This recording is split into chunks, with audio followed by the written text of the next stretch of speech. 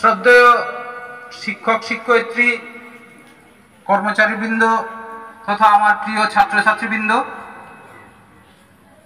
আজ 12ই আগস্ট আমরা আজকে একটি শপথ গ্রহণ অনুষ্ঠান করব। এই শপথ গ্রহণ অনুষ্ঠানটি প্রধান উদ্দেশ্য হলো আমরা ভারতবর্ষকে একটি দেশ গঠন করব। নেশামুক্ত ভারত যে অভিযান চালানো হয়েছে তারই অঙ্গ হিসাবে আজকের এই অনুষ্ঠান। আমরা দেখছি বালক, বৃদ্ধ, যুবক আমাদের দেশের অনেকেই বিভিন্ন জাতীয় নেশায় আবদ্ধ হয়ে আছে। তাই আজকের দিনে আমরা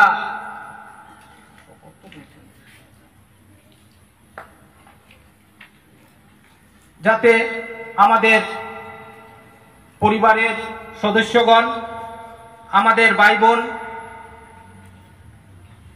আমাদের পাশের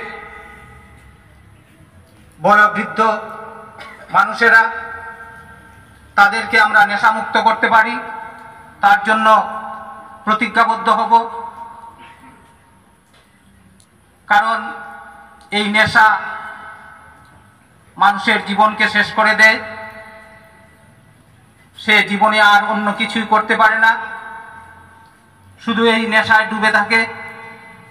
তাই এই মাদক দ্রব্যের নেশা থেকে আমাদের মুক্তি পেতেই হবে। তাই আজকের দিনের আমাদের প্রধান উদ্দেশ্য হলো বিকশিত ভারতের মন্ত্র, ভারত হবে নেশা থেকে স্বতন্ত্র, এই বলে আমি আমার বক্তব্য শেষ করছি। এখন আমরা শপথ গ্রহণ করব। আমাদের শপথ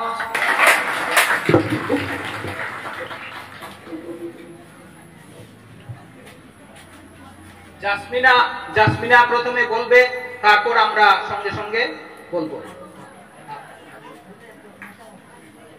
প্রিয় বন্ধুরা,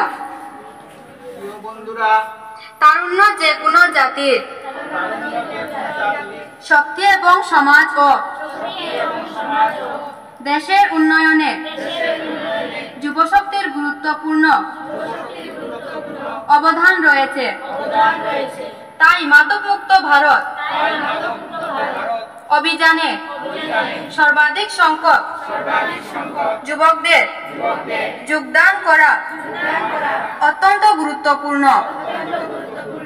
দেশের এই চ্যালেঞ্জ গ্রহণ করে আজ আমরা নেশামুক্ত ভারত অভিযানের অধীনে একত্রিত হই এবং অঙ্গীকার নেই যে কেবল সম্প্রদায়, পরিবার, বন্ধু বান্ধব নয়, আমরাও মাদক মুক্ত হব।